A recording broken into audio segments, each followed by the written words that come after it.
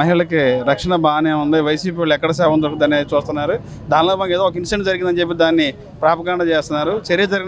సంఘటన జరిగిన వెంటనే సీఎం గారు స్పందించారని టీడీపీ చెప్పుద్ది. దాని మీద ఏం చెప్తారు? నిజంగా ఆంధ్ర రాష్ట్రం ఎటుపోతుందో ఈరోజు ఒక్క విషయం కాదు, వాళ్ళు ఏ రకంగా ఎంత చెడు జరిగినా దాన్ని మసిపూసి మారేడుకాయలాగా చేద్దామన్నా కానీ ఆంధ్ర రాష్ట్రం మొత్తం కూడా చీకటి కోణంలోకి అయిపోయి మరీ మహిళలు ఈరోజు గతంలో జగనన్న మహిళని ఏ ఉన్నత స్థానంలో చూశారో నిన్న జరిగిన సంఘటన గుంటూరులో నిజంగా రాజకీయాలకు అతీతంగా మాట్లాడుతున్నాం, ఒక మహిళలుగా మాట్లాడుతున్నాం.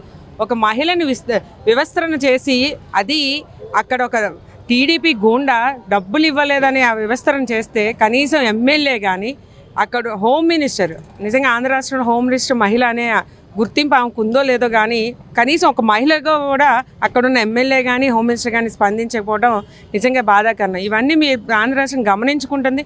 ఈ ఒక్కటే కాదు సంఘటన, రోజుకి 4 సంఘటనలు ఉదాహరణకు తీసుకుంటే ఎన్ని సంఘటనలు అంటే ఒక పక్క అత్యాచారాలే కానీ ఒక పక్క పిల్లలకి ఇబ్బంది కలగటమే కానీ ఇవన్నీ కూడా బయటకు వచ్చి చెప్తుంటే అవన్నీ కూడా మేము చెప్తుంటే దాన్ని కూడా రాజకీయం చేసుకుంటున్నారు తప్ప ఎటువంటి చర్యలు తీసుకోకుండా మరి ప్రజానీకాలు ఇబ్బంది పడుతున్నారు. వాళ్ళకి ఏదైనా మహిళలు ఇలా జరుగుతుందని మరి హోంశాఖ ఏం చేస్తుంది?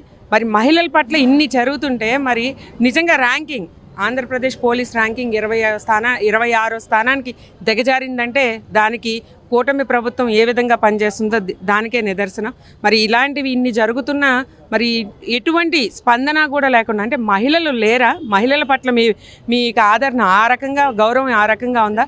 కేవలం ఓట్ల కోసం మహిళల్ని మరి మయమర్చి ఓట్లు వేయించుకున్నారు తప్ప ఆంధ్ర రాష్ట్రంలో గత 2 ఏళ్ళ నుంచి మహిళల పట్ల జరుగుతున్న అగాత్యాలు కానీ ఈరోజు మహిళ వివస్త్రణ చేయటం గుంటూరులో అనేది ఎంత సిగ్గుచేటండి.